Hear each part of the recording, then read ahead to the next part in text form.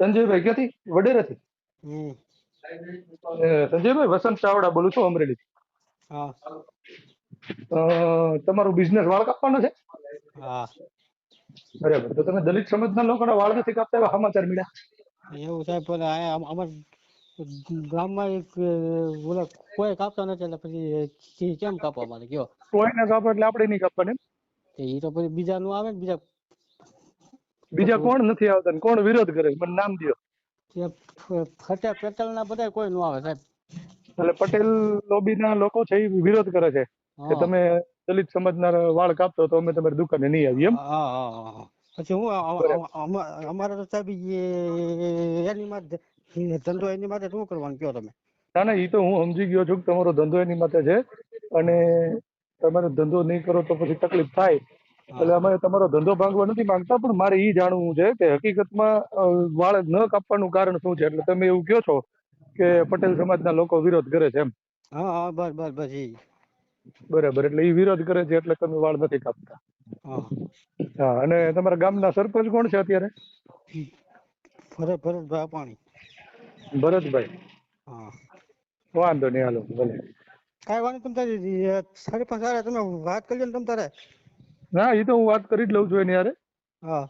બરાબર. હા, તો પેલા મારે તમારી પાસેથી જ જાણવું ને, એટલે મને ખબર પડે કોણ વિરોધ કરે તો પછી એ પ્રમાણે એની વાત કરાય ને. એમાં સાહેબ જો અમારે વસંત ચાવડા બોલું છું, અમરેલીથી. ભરતભાઈ બોલે છે? હા હા વડોદરાના સરપંચ? હા સરપંચ શ્રી, તમારા ગામમાં આભડછેટ છે એ તમને ખબર છે? હું તમારા ગામમાં આભડછેટ છે, આભડછેટ એ તમને ખબર છે? નહીં કેમ શું થયું?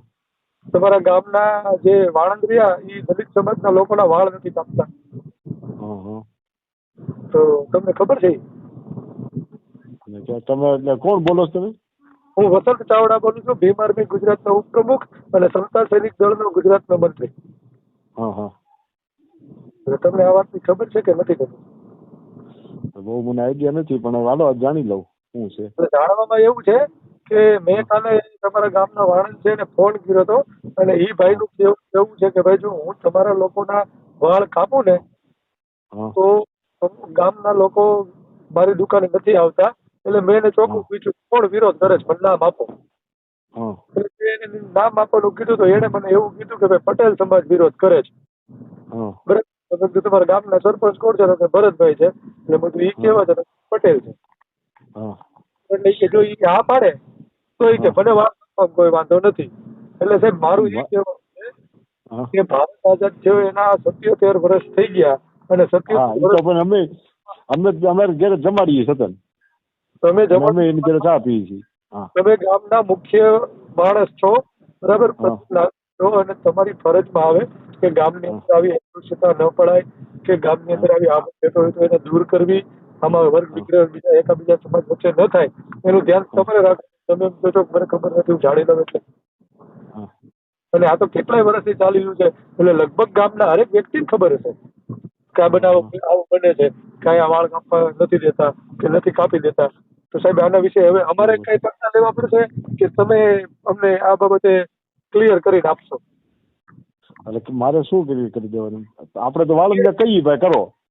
ક્લિયર એ કરી દેવાનું છે કે ગામને તમે ગ્રામ સભા બોલાવો, ગામ લોકોને હા બોલાવો ને કહી દો કે ભાઈ આવી હા રીતે આભડછેટ રાખવી એક પ્રકારનો ગુનો બને છે અને એટ્રોસિટી એક્ટ મુજબ તમારી માથે ફરિયાદ દાખલ થાય. તમે વાળ ન હા કાપો તોય અને વાળ કાપતા હા હોય એને તમે વિરોધ કરો તોય તો તમે આ હા બધા જે વિરોધ કરો છો કે વાળ કાપવાની ના પાડો છો એ બંધ કરી દો.